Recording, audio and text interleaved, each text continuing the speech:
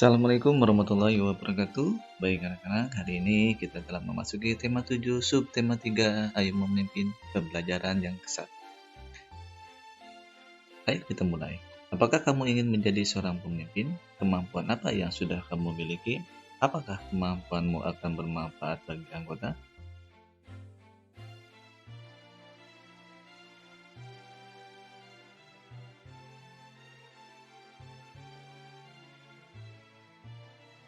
Apabila kamu ingin menjadi seorang pemimpin, kamu harus tahu siapa dirimu, apa kelebihan dan kekuranganmu.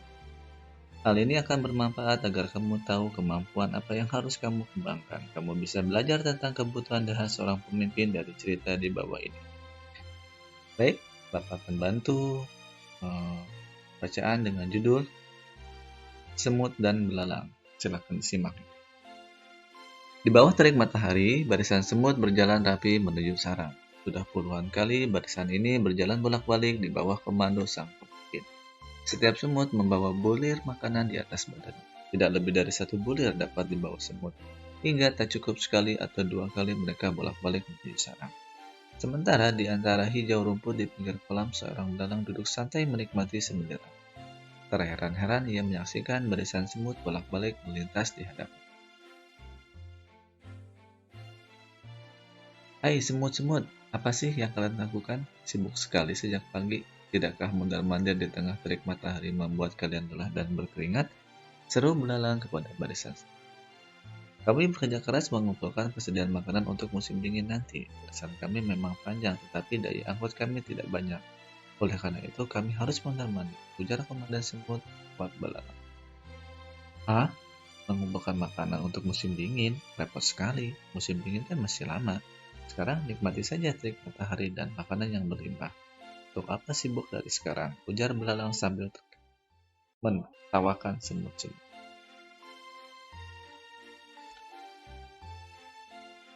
Hai belalang, harusnya kamu melakukan hal yang sama. Serangga seperti kita harus bersiap-siap menghadapi musim dingin. Nanti semua tanaman dan sumber makanan lain akan beku tertutup salju.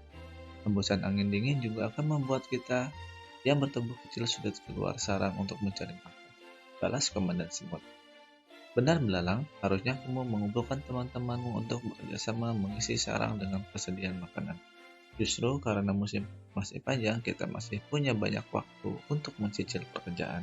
Semut kecil menambahkan dari barisan.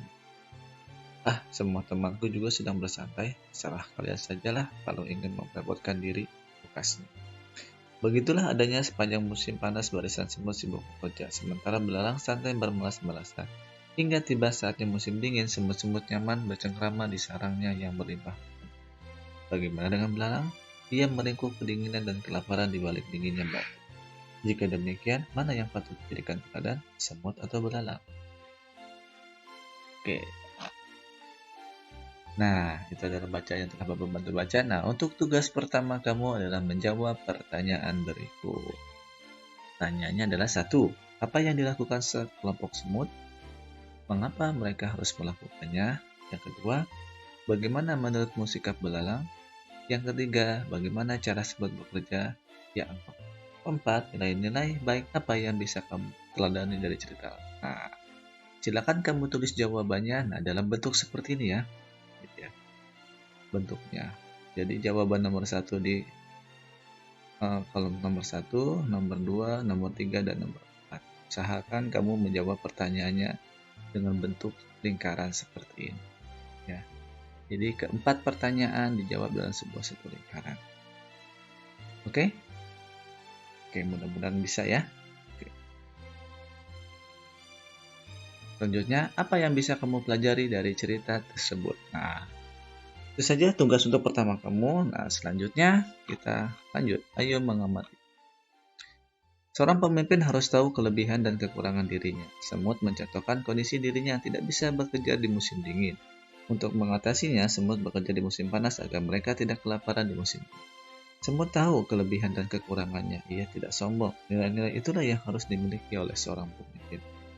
Apakah kamu tahu kelebihan dan kekurangan dirimu? Ayo isi diagram berikut. Nah, untuk tugas kedua, yaitu kamu menilai diri sendiri. Jadi silakan kamu tulis kelebihan kamu apa, kekurangan kamu apa, Lalu, kamu juga jawab apa yang akan kamu lakukan dengan kelebihan dan kekurangan sendiri. Oke, itu untuk tugas yang kedua. Jadi, menilai diri sendiri. Oke. Baik, selanjutnya, menyadari kekurangannya, semut hidup dengan bergotong royong. Mereka sadar bahwa tidak mungkin dapat mengumpulkan makanan tanpa bekerja sama. Nah, di sini tugas kamu yang ketiga adalah catat beberapa kegiatan yang membutuhkan gotong royong di sekolahmu. Nah, di sini ya, kegiatan sekolah yang membutuhkan gotong royong. Lalu alasannya apa? Oke, Bapak kasih contoh ya. Kegiatan di sekolah yang membutuhkan gotong royong adalah pelaksanaan piket kelas. Alasannya agar pekerjaan membersihkan kelas cepat selesai. Nah, itu salah satu contoh. Silakan kamu cari kegiatan sekolah yang lainnya dengan alasan yang lain. Paham ya? Itu untuk tugas kamu kan.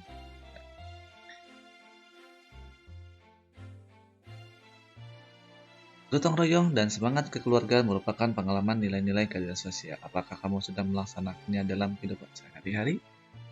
Oke.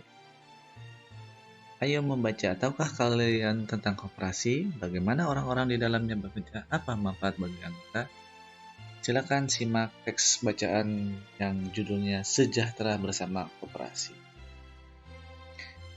Secara sukarela, sebagian besar guru dan karyawan di SD Palapa menjadi anggota koperasi karyawan. Koperasi ini didirikan sejak 5 tahun yang lalu. Rasa benar oleh mereka manfaat menjadi anggota koperasi ini. Sebagian guru dan karyawan yang memiliki usaha kecil dapat bekerja sama dengan unit usaha koperasi untuk mengembangkan usaha mereka. Sebagian lagi merasakan manfaat dari unit simpan pinjam. Pada akhir tahun diadakan rapat anggota koperasi. Seluruh guru dan pegawai SD Palapa hadir. Pada rapat ini, Pak Badru selaku Ketua Koperasi periode 2012 sampai 2014 akan memaparkan pencapaian selama setahun, sekaligus membuka penerimaan anggota.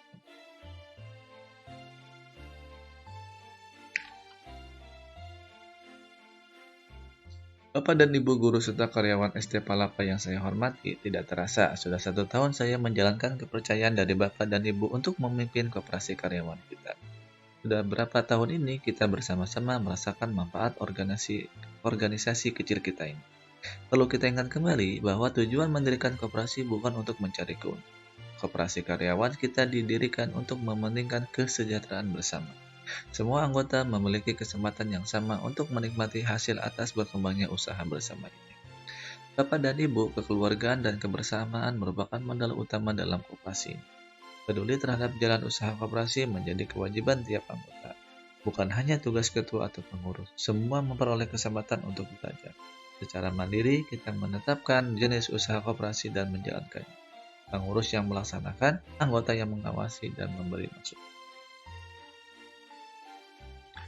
Keuntungan pribadi tidak diutamakan, justru melalui koperasi kita mengasah kepedulian terhadap kebutuhan anggota lain. Sudah 5 tahun berjalan, semua keputusan kita tetapkan bersama secara bermusyawarah. Begitupun dengan keuntungan koperasi di tahun ini. Apakah akan dibagi kepada anggota atau akan dimasukkan kembali sebagai penambah modal? Akan kita diskusikan dalam rapat besar hari ini. Bapak dan Ibu, rapat besar koperasi tidak hanya untuk anggota, namun terbuka untuk semua. Justru saya ingin semua keluarga besar SD Palapa menyaksikan proses musyawarah ini. Saya ingin semua menyaksikan bahwa banyak hal yang dapat dipelajari melalui koperasi karyawan. Saya ingin semua merasakan bahwa kesejahteraan bersama dapat diwujudkan melalui kepedulian, kekeluargaan, serta kebersamaan. Bapak dan Ibu, saya tentu berharap anggota koperasi terus bersama. Semoga saja suatu saat nanti keluarga besar SD Palapa lengkap ada di dalam. Tak perlu risau memperhitungkan keuntungan pribadi. Tapi ayo kita berusaha mewujudkan kesejahteraan bersama melalui koperasi. Terasa hendak sejenak sebelum gemuruh tepuk tangan menyambut pidato Pak Badru. Di dalam hati semua mengangguk setuju, kesejahteraan bersama merupakan tanggung jawab bersama. Oke, ini untuk tugas kamu yang keempat sekaligus tugas kamu yang terakhir adalah tuliskan pesan-pesan yang kamu temukan dari bacaan pidato Pak Badru tadi. Nah, itu adalah tugas kamu yang keempat sekaligus tugas kamu yang terakhir di pembelajaran hari ini. Baik, jangan lupa semua tugas dikerjakan di kertas lembar. Ikuti perintahnya. Jangan lupa tulis nama, tanggal, judul yang jelas agar nanti mudah dikoreksi. Bapak akhiri, wabillahi taufiq wa hidayah. Wassalamualaikum warahmatullahi wabarakatuh. Kita berjumpa di materi yang selanjutnya.